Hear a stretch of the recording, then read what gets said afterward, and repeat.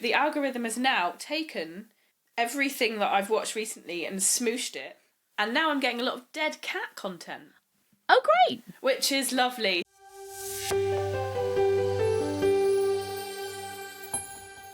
You're listening to the Science Baby podcast with me, Kim. And me, Layla. We're two nerdy mums who've researched the crap out of parenthood. Seriously, you do not want to see our Google search histories. Each episode we chat about the why behind pregnancy, birth and everything that comes after. Because babies don't come with a manual, but with one born every minute, we reckon we can figure it out. How are you, friend? I am very well. Can't really complain. It's been a busy week. How about you? Yeah, right. I've got a cold, but I'm on the end of it. Stella is currently enjoying her first cold. Bless her. She doesn't know what's going on, does she? Oh gosh, how's that been for you? All right, actually. We had a really terrible night, and I was like, oh, this child is teething. And then next day, it was like, oh no, she can't breathe through her nose, bless her. Calpol is the absolute best. It certainly is. We had an amazing night last night. I basically was like, right, you're getting Calpol tonight. Down the hatch, like, lovingly gazed at the rest of the bottle. I was very tempted to take the rest of it myself. Mm-hmm.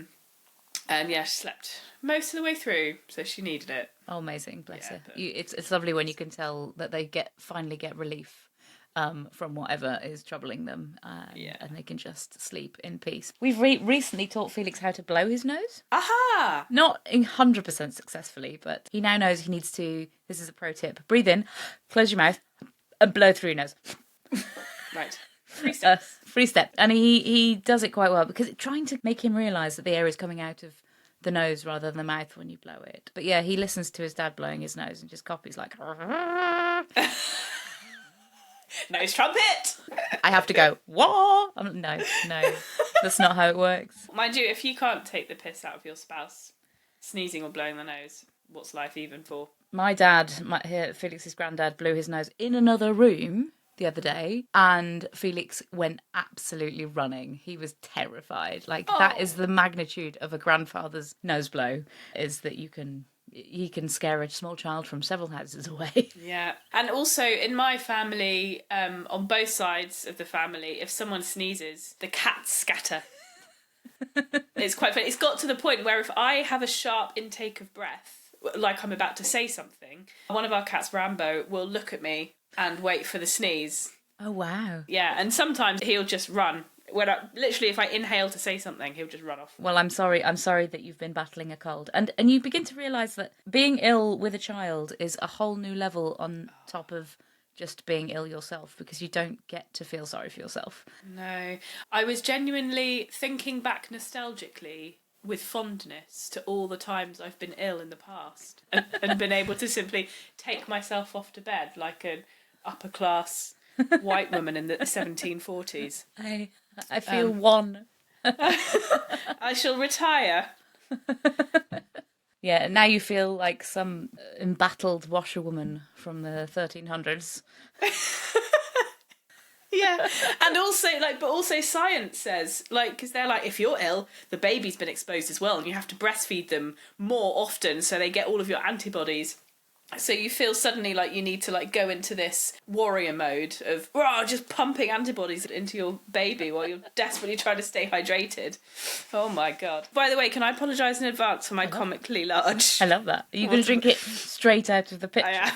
For the reference of people who are listening only with their ears and not watching us on YouTube, Kim has presented a pitcher, a glass pitcher. It's a very fetching glass pitcher that is taller than her head. Yes. Several times.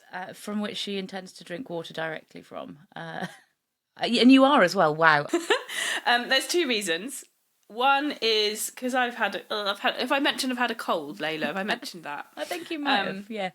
I've got a very tickly throat, so I need quite a lot of water. Also, the glass that usually goes with this was used to trap a spider earlier on this morning. I understand. Because this is being recorded in UK house spider season. Mm-hmm. So I'm working with what I've got. I don't want to draw attention to it, but it's weird. I know, I want to acknowledge that it's weird that I'm drinking from a jug. And it's got a spout as well, so when I try and drink it from the side, I'm not sure what's going to happen with the spout. Can I make a gentle suggestion? Do you own any other cups? You and your facts, Dr. Patterson. So this week we are going to talk about social media. So we are parenting in 2025, the age of social media and the algorithm, capital A. And the algorithm. And probably the reason that you're listening to this is partly because you, dear listeners, have a presence on the internet, because that's how you find podcasts these days. Until we get featured on BBC Radio, that is going to be how you discover us. So social media is a strange beast. I think it has defined whatever age we are in, whatever micro age. You know, they say we're living in the Anthropocene. I feel like we're living in the social media scene. That's not, and we need a snappier title for that. But it has. I look back fondly on the 90s, the 2000s even. Like when I went to university, I still had a normal phone, a Nokia. And who'd have thought that when we first got a smartphone, something that could readily access the internet, the thing that we would end up doing is destroying our self-confidence through overconsumption of other people's lives. Do you think anyone could have predicted that? Using Facebook as an example, I know that Mark Zuckerberg is oft quoted as saying, you know, we just want to connect people, you know, we want everyone to be able to talk to each other easily, to rediscover lost connections, blah, blah, blah. This is the mission that drives us. And I don't want to make any comments about what Facebook and Meta and all that business stands for today. But that central tenet, I feel like we still have that idealistic side of, you know, the hyperconnectivity, but I'm not sure we could have predicted that it would then have that dark side of context switching our brains, the constant highlight reels and the comparison and all of that business. I'm not sure that would have been predicted as a side effect of that hyperconnectivity. I am also very naive, so people may have been saying this since the early 2000s and before, but I don't know. I would like to say no, but what do you think? It is very difficult. Hindsight is 2020. It's so difficult to foresee how things are going to change. And there's a lot of discourse about the effect of social media on young people, because we see the tragic consequences of unhealthy social media practices and algorithmic abuse, if you like, on young people. And it is very tragic and it is terrible. But I think what is less well documented and less well reported is the effect on other vulnerable adults, people who are suggestible, people who are naive, people who are willing to accept things at face value. And I believe that that is the vast majority of the population to one extent or another. We are all susceptible in different ways. And I think part of what social media and the algorithm has revealed is our own weak points in terms of where we can be influenced. And we see that in politics. It polarizes people. And I feel like social media and instantaneous media, things like constantly updating news feeds and things like that, how readily available information is and the way that that information is fed to us is allowing us to sort of sink further into echo chambers where we put labels on ourselves. Yeah. So I believe it's the root of a lot of problems in society these days, in general. And it's definitely not the responsibility of this podcast to tackle all of the problems with society that are caused by the new generation of the internet. But I think as a foundation, we need to understand that that is the world we're living in now.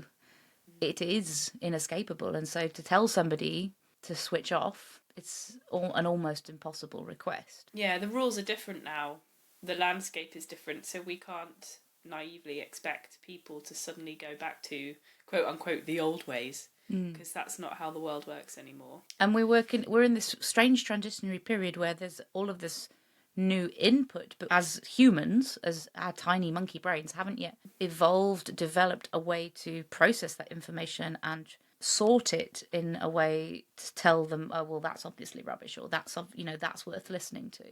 I don't know if that is possible, but yeah, it's tricky to sort of navigate that world because it's everywhere, and we are evolved as human organic beings to deal with the inputs that we have, and now we've got so many inputs we just don't know how to deal with them.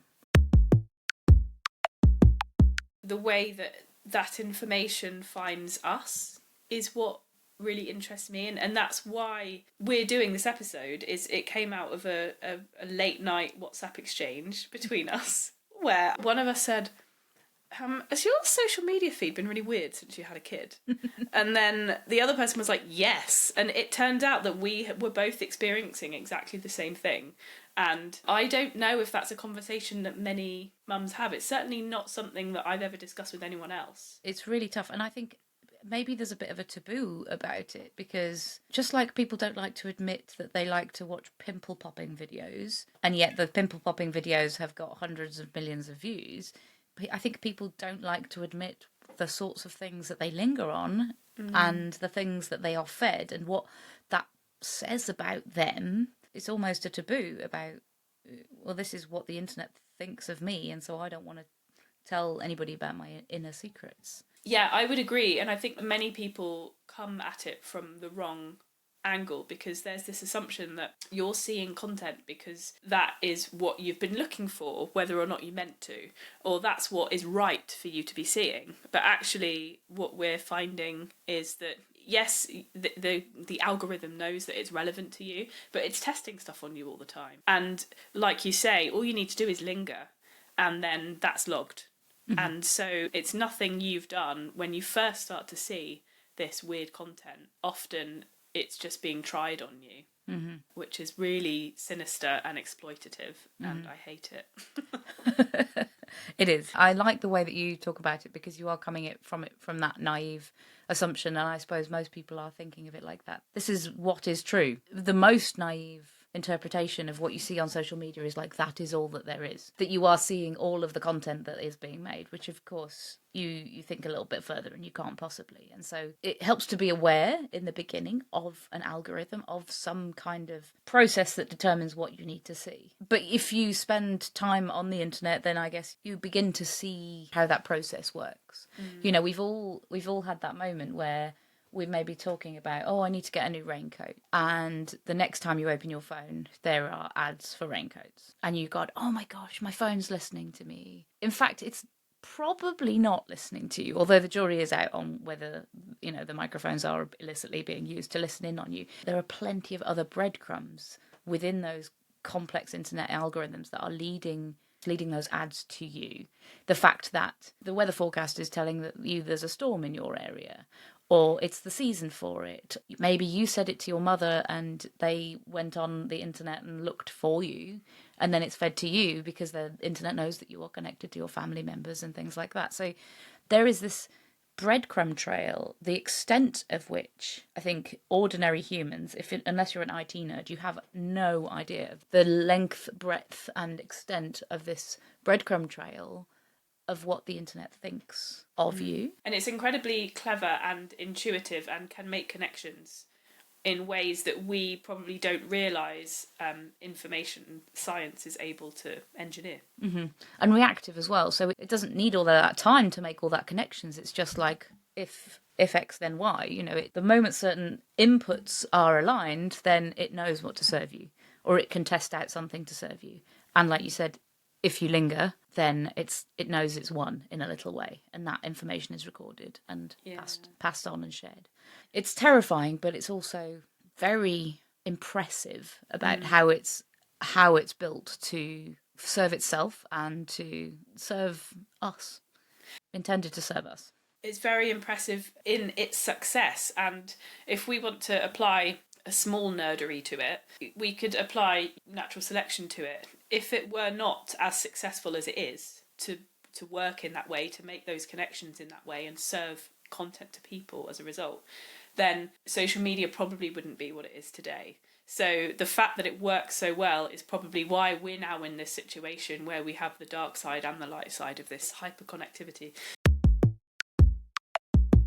Where I first started to become aware of this was after I'd had my daughter. I noticed that on a couple of times I'd see content relating to particular films. So I have quite a lot of film content, you know, working in telly. You know, I love cinema. I usually have a lot of kind of, you know, nerdy content about movies. But these particular examples came up. One was Benjamin Button, and the other was Mother. So both of which, I don't know if you've seen them, both of which have extremely emotive scenes involving a baby that I completely glazed over when I first saw these movies years ago. I was like, oh, these films are lovely, lovely films. Now I've had a child, absolutely gut-wrenching.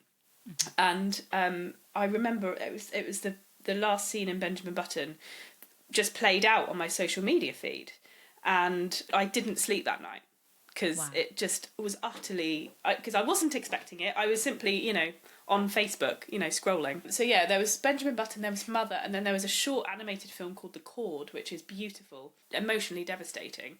And I obviously watched till the end on all of these examples, and so I've noticed in the months since those first encounters, all I'm seeing are references to these films in my newsfeed, because that was when I first noticed it. So now I'm paying attention to it. I can almost see the Matrix in a little way. I can see how different aspects of these films are served to me, and how it knows, oh, you're quite emotionally attached to that subject matter, so we're going to feed you this film now, or that other part of the film, or a more complex breakdown of what that film's about and why it's so sad, or whatever. But it was those movies that were my first kind of real look into how the algorithm targets you. Mm-hmm. And ever since then, I've noticed other things with real stories of infant loss or whatever, but it's all kind of part of the same thing. When did you first start noticing this?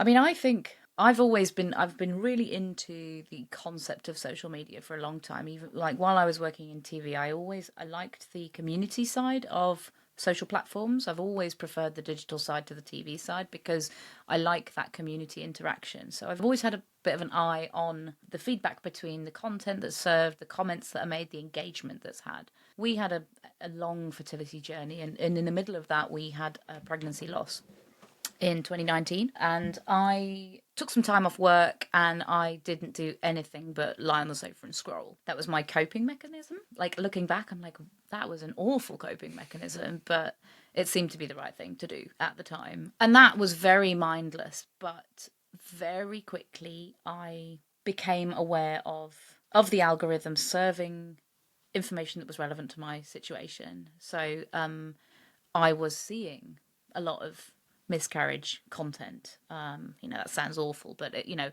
people telling their stories. They were upbeat stories, largely of fertility journeys and people bearing with it then. And I thought, well, this is too much coincidence. And so I was then trying to actively scroll past. I was trying to actively not linger.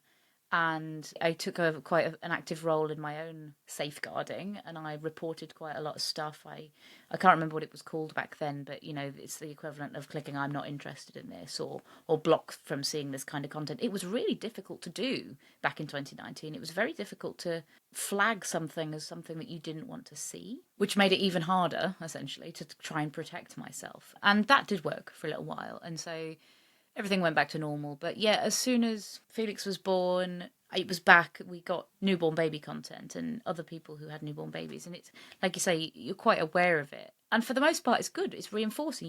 You've got a small baby. You want to see other people with small babies. You want to see what they're doing. But at the same time, you then get fed content like, these signs told me that my baby was seriously ill. Well, if that's not clickbait, if that's not scroll-stopping bait, I don't know what is. And obviously you'll be like, oh, what was it? What do I need to look out for? I'm a first-time mum. I haven't got a clue what I'm doing. Like, I don't have a physical village around me anymore. This is the input I have at 3 a.m. So essentially, yeah, it's like you say, it's testing out content, seeing what lingers. And in the last 2 years, if I had a pound for the number of times I've said to my husband, he said, "What's wrong?" And I said, "Oh, I've hit a rich seam of dead babies." I would not have to work ever again, because mostly late at night I will be scrolling and there will be some tragic story of childhood cancer or a SIDS case or the signs to look for if your child has leukemia. Is your child bruised? They definitely have leukemia. Oh, fantastic. My feral 2-year-old who is almost entirely bruised. Well, that's it. And then I have sleepless nights, and it's It's a lot easier in theory to protect yourself from that. There are buttons to click. I'm not interested in this. I want to see less of this. But doing that also makes it feel like you're saying, I don't care about the health of my child. Or I am completely non-sympathetic to this person's tragic story. So maybe it's just me, but masochistically forcing myself to sort of dive into the sea of dead babies. But that is the shape of it. That feels like the shape of it to me at the moment.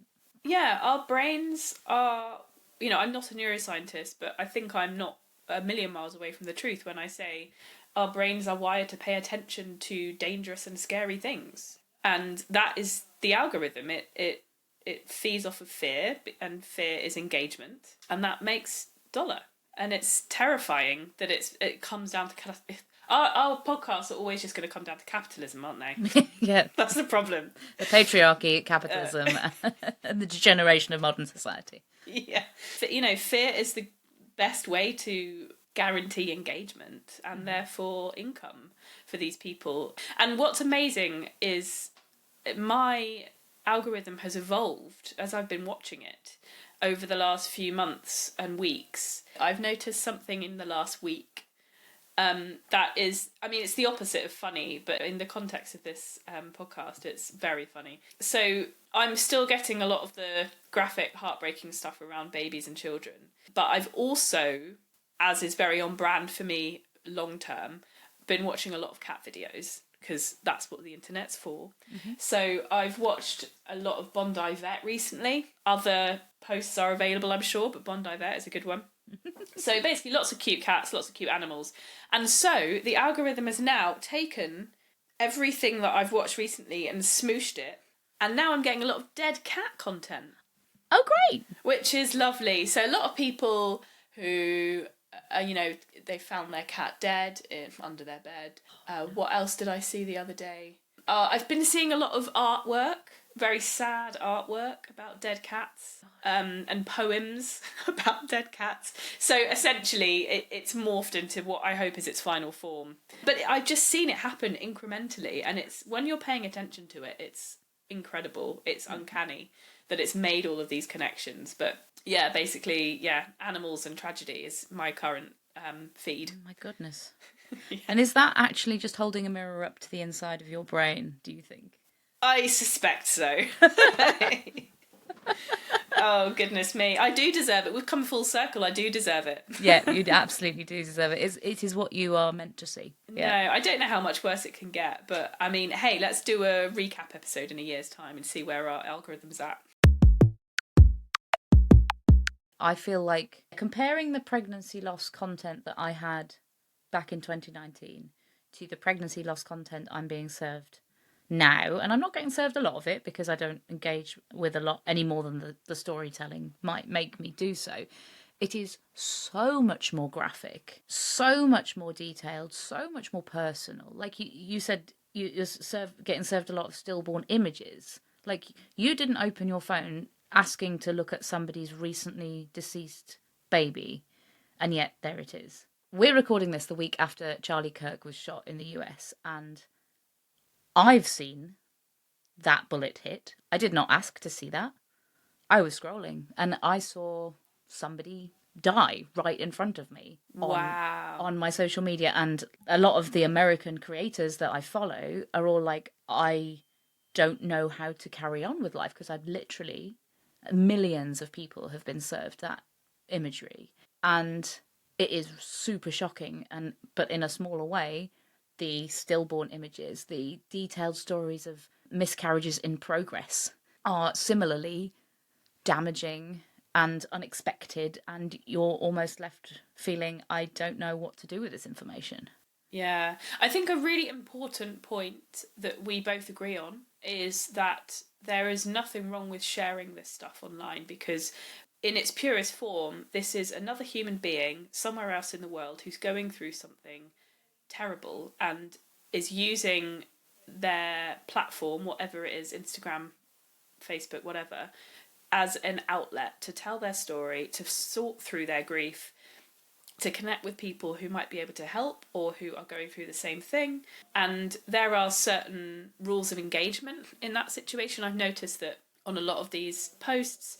Any images are confined to the comments so that people have to opt in to seeing them by clicking see comments, and there seems to be that very wafer thin layer of security and safety on these posts. But certainly as many of those sorts of posts that you see which seem to be legitimate, there are a whole another load of posts that either are bot created or are clearly built in a way to make sure that you engage with it. So there's, posts where they share images of something graphic or heartbreaking, but don't give away the story. So then you want to know what's going on. Or, what disease does this child have?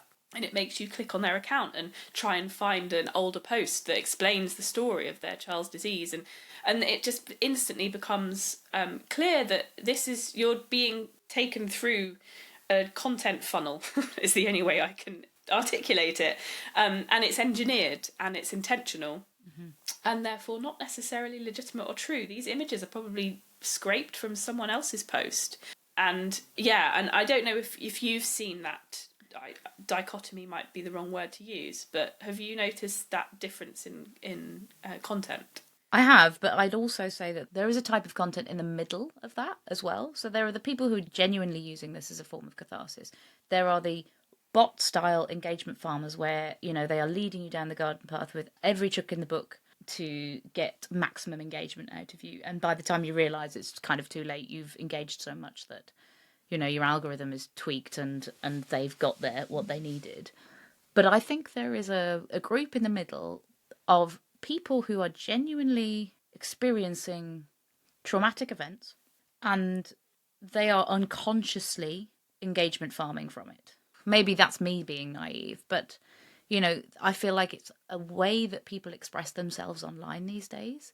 Their filter is removed. They want to tell long stories about it. They don't have the conscience to put those images away in a comment. I literally see it as I scroll. This is what I mean about, it has fundamentally changed the way that we interact online, because I think these people believe that this is the way that information should be shared. Why they're doing that. Is it an unconscious thing? Is it everything has to be presented online because they don't have a community in person to share it with? I'm not sure. I would incline to agree with you. I think you're probably right. See a lot of school-age kids all they want to do is make TikTok videos, make content, because that's what everybody else is doing. And I don't have a school-age child, and I don't know enough to know how that is affecting their kind of general development. But I think it is a symptom of, well, that's what you do. You go through adolescence and you become an online creature where you broadcast. You become a performer. And I do feel like it's almost unconscious in that sense, so that every bump in the road has to be shared. And it's shared in a way, there's a new conversational style where it's shared in a way that it is longer than a minute. It is like, let me tell you, story time, let me tell you this. I don't think it's consciously engineered. I think it's just that's the way that people communicate these days. That's a very good point. So it's almost as if that language has developed innocently. There's no denying that it's a certain type of language that elicits a certain level of engagement, but potentially it's not as cynical as I thought, that it's actually that these people have either grown up in the age of social media or have adopted the language of social media, and so this is potentially how they pass information now, whether just online or maybe it's shaped their brain. Yeah, it makes it very difficult to control that algorithm then, because essentially by putting a clamp on, okay, you can clamp down on the bots, and that might be quite easy to identify, but then where do you draw the line? These are real people sharing real stories. Do it on a case-by-case basis. We've had loads of videos of ours flagged because they deal with sensitive topics, but I'm talking about it from the science point of view. I'm not spouting unfounded opinions or sharing graphic images. All I'm doing is talking about cancer or immunizations. I think the platforms have a real difficulty in drawing that line between genuine stories and engagement farming, because I don't believe it is a clear-cut line anymore. Yeah, and the subject of what is deletable flagged content and what isn't is an absolute dark art that I can't even pretend to get anywhere near to. All these stories about people getting death threats, and Facebook says, "Oh no, we're not going to take it down," and then a scientific story about immunizations suddenly is breaking all of the community rules. It's madness. It's complete madness. But I don't envy anybody whose job it is to design a program to do that flagging or even do it manually, because, like you say, it's a dark art. I feel like there's quite a lot of guilt surrounding the amount that we all use social media, and there is somewhat of a taboo and something of a unspoken, yes, we are actually, most of us, addicted to our phones and scrolling. And yeah, we say doom scrolling, but what does that actually mean in the context of new motherhood? And I have used it indiscriminately to compare myself to others. And I'm going to say it out now so you can all go, well, I do that as well, and so that's all right. Every single parenting relating post I look at, I compare myself to the other person, the other situation. And there is an amount of guilt around saying that, because I was like, well, obviously, don't compare yourself to others. Walk your own path. It shouldn't matter what other people are doing, especially some random person on the internet, especially knowing that the algorithm is adapted to feed us some twisted version of what it thinks that we want to see. But we cannot help but compare ourselves to others. And I did a little bit of research into this for a Science Baby video, and it made me feel a lot better. It is a psychological necessity as humans. And if it didn't happen online, it would happen in real life, IRL. That we are hardwired to make social comparisons with other people. We look at other people and we instantly put ourselves above or below them. And if we think that somebody is better than us, based on our own prejudices, we might identify factors of their lifestyle or of their situation that we would aspire to, and we might find it inspiring and go, I want to be as rich as them, I want to have as clean a house as they do, I want my baby to be that well dressed, or whatever. Or we might see somebody and think, oh my god, they look like terrible parents, I'm going to make sure my baby never goes out wearing that combination of colours. Or gosh, I'd never screech my child's name from 500 yards away. But this social comparison is happening all the time, consciously or unconsciously. But when combined with an algorithm, it becomes, I feel, dangerously reinforcing. So if we linger on people who we deem to be cleaner, richer, have it together more than us, if we linger longer on that sort of content, we're going to be fed more of it, and we are going to end up securing our feeling of being beneath them, and we're going to feel more inferior, and we're going to feel worse about ourselves. Similarly, it can go the other way if we particularly engage with content of people being bad parents. And there isn't a lot of content like that out there, but for the engagement farming side of it, we might be fed kids who have terrible tantrums or chronically bad behaviour and things like that. And we would see ourselves as, oh, well, yes, well, my child's much better than that. And you end up having a bit of conceit and some maybe unfounded smugness, when really you are still walking your own lane, but the algorithm is telling you that you are a much better parent than you are. So upward and downward social comparison like that, I discovered, is a natural part of being a human. But when it's being reinforced artificially, it can kind of send you off kilter a little bit. Have you experienced any of that? I suppose you're still quite early on in terms of milestone measuring and things like that, but are you fed any content like that's relevant to where you are in your particular journey? Constantly. Yeah, absolutely. I think that's the reason why you keep coming back to it, isn't it? It's you're constantly reassuring yourself, oh, my child is the same as these other children, she's on track, or indeed, oh, my child isn't dying of this terrible disease that is on my post, or I'm doing all of these, or rather I'm not doing all of these activities that this super mum seems to be doing with their child, therefore I'm a terrible mother and my child needs to be taken away from me, which are all extreme reactions that I believe are a result, as you say, of the reinforcement that the algorithm system has set up. And add to that, that social tendency, as a human, to, the way that this content is fed to you and packaged up in a way that hijacks your dopamine and reward system. And so it's the most efficient way of reinforcing that upwards and downwards comparison that has probably ever been conceived. So it's extremely damaging when it sends you off kilter, as you say, because you can't stop. You literally can't stop. And when it comes to parenting, there is a parade of new things to compare yourself against constantly that you didn't even realize that you were worried about until it's presented to you. You'll be fed some content with a child who is speaking in sentences and your child hasn't even made a noise yet, for example, but you don't know the situation behind that child. Or quite a big one for me, it was something I was a little bit neurotic about in the beginning. It was weaning. Our weaning journey was really quite difficult, but one of my favourite creators I was following, she made the most amazing homemade baby-led weaning meals, and this baby would just go at it like it was the best thing that they've ever had, and like this baby was a connoisseur. And I was like, this mother is a shining example of how to tackle weaning, and I am failing at every single turn.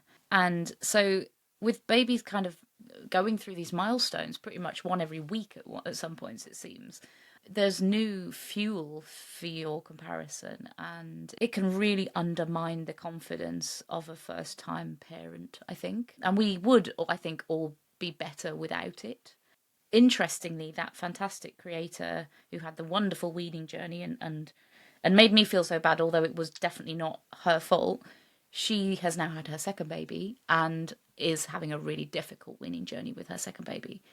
So the part of me that compares myself is a little bit smug of like, ha! It's not just me. Now you know. Now you know. And that's an awful way to be, and I feel bad for having those feelings, but I have to keep telling myself they are natural human feelings of like, okay, well, let's situate myself in this social hierarchy and figure out, am I in the middle of the bell curve? Am I doing things approximately normally? Good on that creator for presenting her weaning journey for the second time honestly. Because one thing I think we need to acknowledge explicitly is that most pieces of content that we're seeing and using as fuel for that comparison is meticulously curated to make that person either seem like the best mum in the world or to push some agenda, whatever that agenda is. So it's designed in a way to give you a certain view that's been designed from the very beginning. So I think it's really great when creators are honest about, the reality of a certain situation. It's something that we all know to be a fundamental truth, that the content we see online is curated, but it is also the first thing that we forget when we are consuming that content, because it seems so authentic. Because of the way that we consume information these days, it's so easy to take things at face value. And, this fantastic mother, I don't believe that she was trying to make it seem like her baby was the most perfect baby and ate all the food that she meticulously created from scratch with raw ingredients in the house. But the fact that she did made me feel bad, just because I took it at face value that that's what everybody was doing and that's how every baby was going to be responding. So we forget that we are being presented with a highlight reel. I'm guilty of that with science baby stuff. I'm not whipping the camera out every time he's making me rip my hair out. And I'm not going to share the videos where he doesn't cooperate or like stops doing the action whenever I put the camera on him. And that's not for agenda, that's just for filmmaking. Yeah, in fact, you're absolutely right. There's a craft behind this content, and it isn't for nefarious means. It's because you're creating a product that you want the end user to enjoy watching or listening to. Mm-hmm. So it's crafted, but there is a brief at the beginning of that crafting process, and it's to present a certain view, or it's to create something that sounds good or looks good. and it's easy to forget that we shouldn't just live life like that all the time. But what can we do? Like, how can we free us? We're not going to free ourselves of this. That's not our mission, because that's unrealistic. But what can we do to stay sane? Go and smell fresh air once in a while would be my recommendation. No, it is really difficult, like I said, to manually curate your content and even to be aware that you need to. And so there are tools out there, and the platforms will be upfront and say that there are tools that, you can, if you find that the algorithm is not serving you the sorts of stuff that you want to see, then you can curate that yourself. And there are, it's a lot easier to do that than it used to be. But like I said before, it is difficult to do that because you are interested in some of these topics. And in some cases, they can be helpful and they can help you spot things. And so it almost feels negligent to avoid that kind of information if it's out there, especially considering that is how information is consumed these days. I guess you're right. We are going to continue to be interested in this content, and it will keep finding us. And so I suppose what I started to do is either report or click I'm not interested, as you said, on the upsetting stories. I am not sure if that works. I assume it does, because that's what it's designed to do. But are we not just telling the algorithm this stuff I'm fearful of or upset by, therefore will linger on longer than I want to? I'm not sure. So I won't show you this video, but I'll show you one very closely related to it to keep testing your boundaries. I worry that is kind of something that might keep happening. Yeah, I wouldn't go as far as to say that's what's happening, because I'm straying into paranoia there, and I've left my tinfoil hat in the other room. But yes, potentially that is something that worries me as a human. But it's something that I am going to continue to do because it's the only tool at our disposal. Mm-hmm. That, and I'm happy to say that Stella has noticed that I have a phone and that it's colourful and bright and that I'm always looking at it. So, and that's put the absolute fear in me that she's now instantly addicted to screens. I think I'm being a bit dramatic, but I'm now making sure she doesn't see me on my phone because she is obsessed. We have found that to be the best coping mechanism for social media, is the fact that a toddler wants the shiny phone in your hand. And I've got nothing against screens, but I don't want him grappling with my phone every time I've got it in my hand. So I can't pick up my phone anywhere near as much as I used to now, and that has been so good it was a little bit painful to begin with. I was like, what do I do with my brain in these down moments? But you can cope, it's fine. It's going to be okay. Yeah. But that has helped because I'm just not exposed to as much of it, and it's a lot more manageable in smaller doses. And the further away from that social media world I am, which sounds weird actually, like working in social media, but the further away from consuming just endless amounts of social media, the more grounded and more confident I have felt as a mother. Again, it might just be tied up with the fact that I've been at this for 2 years and I've kind of got my feet a little bit. These things are very difficult to disentangle, but there are always new things to unseat you.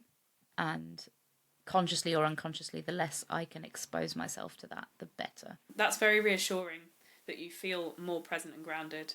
Yeah, I mean, it's been terrible for actually making content because I'm not seeing the sort of content that people want to see, but oh well. I feel like my mental health and my son's development with me in the room rather than on a phone is more important at this point. Yeah, there's absolutely a happy medium between market research and insanity. Those are the only two. They're the only two options. Those are the only two options. That's it for this week's episode of the Science Baby podcast. We hope this has been a little relief from the doom scrolling trap. We'd love to hear your experiences of social media throughout your parenting journey, good or bad. Tell us everything on Instagram. Just search for The Science Baby. And if you're enjoying the podcast so far, please share it with your friends and consider giving us a rating. It'll help more people to see this and other content that's helpful rather than fear-mongering. See you next time.